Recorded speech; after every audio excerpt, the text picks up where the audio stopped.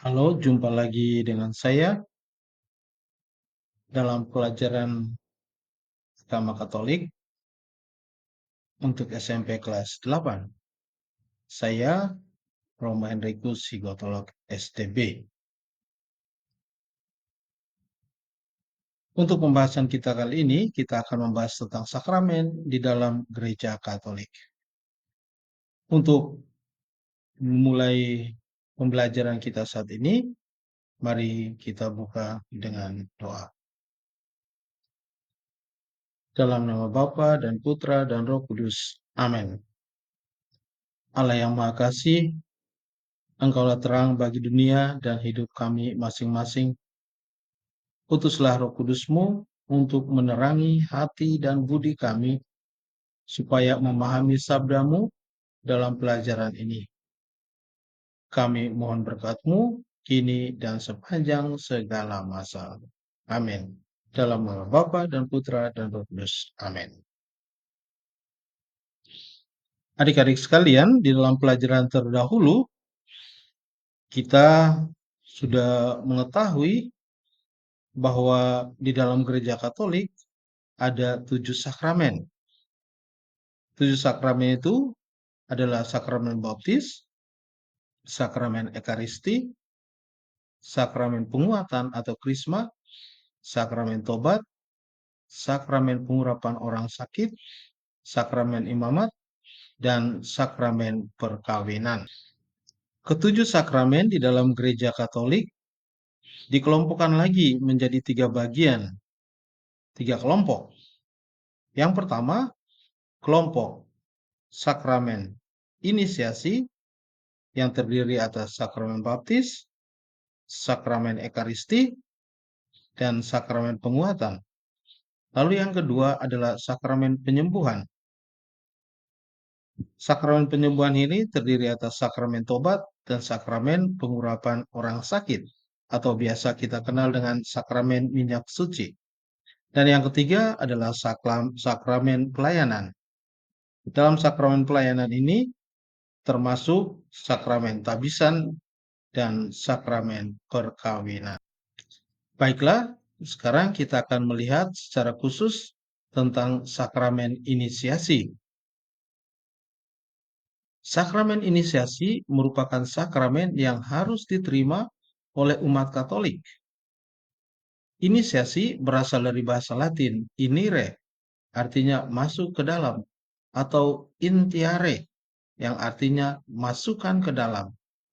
Nah, ini berarti bahwa sakramen ini, sakramen baptis, sakramen ekaristi, dan sakramen penguatan menjadi tanda masuknya seseorang di dalam gereja Katolik. Kita akan melihat sakramen inisiasi yang pertama adalah sakramen baptis. Sakramen baptis merupakan sakramen dasar bagi orang Kristiani. Dibaptis berarti orang itu bergabung menjadi anggota gereja. Dengan baptisan, ia dipilih dan diangkat menjadi putranya. Dosanya diampuni dan juga memperoleh hidup ilahi. Cara pembaptisan yang lazim di dalam gereja Katolik adalah dengan menuangkan air, bukan dengan menenggelamkan.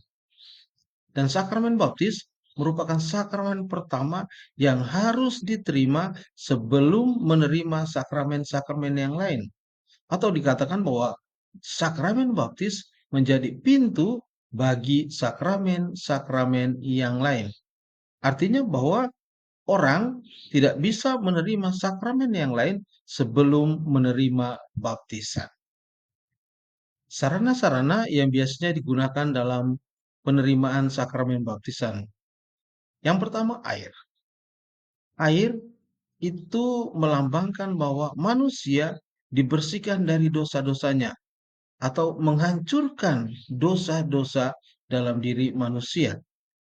Yang kedua adalah lilin menyala. Lilin menyala melambangkan cahaya Kristus yang menerangi kehidupan.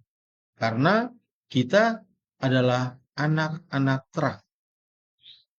Dan sarana yang ketiga adalah kain putih. Dengan kain putih, kita mengenakan Kristus. Artinya, Kristus menjadi andalan kita, lambang kesucian, bersih tanpa noda. Kita tentu tahu bahwa baptisan itu ada beberapa macam. Nah, kita akan melihat baptisan dewasa. Tahapan dalam baptisan dewasa biasanya yang pertama, prakatekumenat. Masa seseorang calon baptisan mulai belajar dan menerima bimbingan pastoral. Masa ini biasanya diakhiri dengan upacara pelantikan tahap pertama, pelantikan menjadi katekumen. Tahap yang kedua adalah katekumenat. Tahap ini adalah tahap seseorang calon baptisan menerima pengajaran dan pembinaan iman. Masa ini juga biasanya diakhiri dengan pengukuhan katekumen terpilih. Dan tahap yang ketiga adalah persiapan terakhir. Masa di mana seorang calon mempersiapkan diri untuk menerima sakramen baptis. Ini biasanya diakhiri dengan upacara penerimaan sakramen baptis. Dan yang terakhir adalah masa mistagogi, masa pembinaan lanjut setelah baptis. Jadi seorang yang sudah dibaptis dewasa, dia menerima pembinaan supaya bisa berpartisipasi aktif di dalam kehidupan gereja dan masyarakat. Untuk prosedur baptisan bayi, biasanya yang pertama adalah mengisi formulir. Orang tua mengambil dan mengisi formulir yang biasanya disiapkan di gereja. Lalu setelah menerima formulir, formulir itu diisi dan diserahkan kembali ke gereja bersama dengan dokumen-dokumen yang dibutuhkan. Setelah itu, maka kita masuk pada tahap pembekalan, di mana orang tua dan wali calon baptis menerima pembekalan dari gereja. Lalu, tahap yang terakhir atau prosedur yang terakhir adalah penerimaan baptisan, di mana penerimaan baptisan dilakukan di gereja atau di kapel. Ini biasanya tidak tergantung dengan waktunya. Kapanpun ketika seorang itu hendak dibaptis, dia setelah melalui prosedur yang diberikan yang atau yang prosedur yang ada di dalam gereja, maka dia siap untuk dibaptis. Setelah seseorang itu dibaptis, maka dia akan menerima buah-buah dari rahmat baptisan itu sendiri. Yang pertama adalah pengampunan dosa. Bahwa seorang baptisan akan memperoleh pengampunan dosa baik dari dosa asal maupun dosa yang dibuat. Oleh karena itu, kalau kita perhatikan baik-baik sebelum baptisan dewasa, dia tidak menerima sakramen tobat. Karena apa? Karena dia belum menerima sakramen baptis. Itu yang pertama, sakramen baptis sebagai pintu bagi sakramen-sakramen yang lain, dan juga bahwa ketika dia dibaptis, dosa-dosanya akan dihapus. Lalu, buah yang kedua adalah pengudusan. Dengan baptisan, membuat orang itu sanggup dan makin percaya kepada Allah, selalu mengandalkan Allah. Allah menjadi kekuatan bagi dirinya. Dan yang ketiga, buah dari rahmat baptisan yang ketiga adalah menjadi ciptaan baru. Ciptaan baru dan dilantik menjadi anak Allah. Lalu yang ketiga, setelah seorang itu dibaptis, maka dia menjadi anggota gereja. Dia menjadi bagian di dalam tubuh mistik Kristus. Lalu dengan baptisan, maka seseorang itu dimeteraikan. Dimeteraikan secara kekal dalam sebuah meterai rohani yang tak terhapuskan sebagai bagian dari Kristus.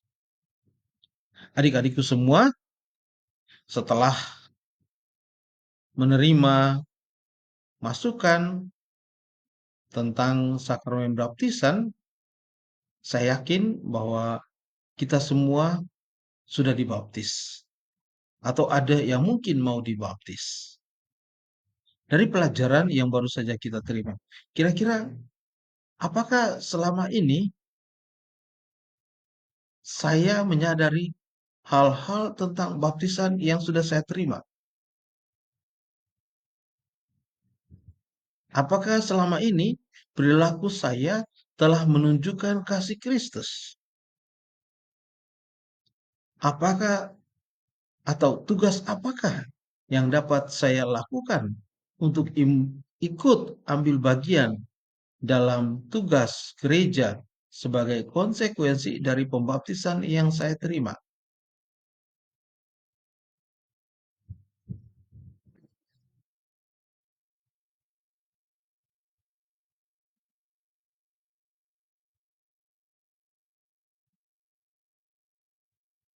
Mari sebelum kita mengakhiri kegiatan belajar kita, mari kita tutup dengan doa dalam nama Bapa dan Putra dan Roh Kudus. Amin. Allah yang Maha Baik, kami bersyukur kepadamu atas rahmat yang telah kami terima dalam pelajaran hari ini. Terlebih kami bersyukur atas rahmat pembaptisan yang telah kami terima. Bantulah kami untuk menjadi orang Katolik yang baik. Kami mohon ini dengan pengantaran Kristus Tuhan kami. Amin. Dalam nama Bapa dan Putra dan Roh Kudus. Amin. Terima kasih dan sampai jumpa di pelajaran selanjutnya.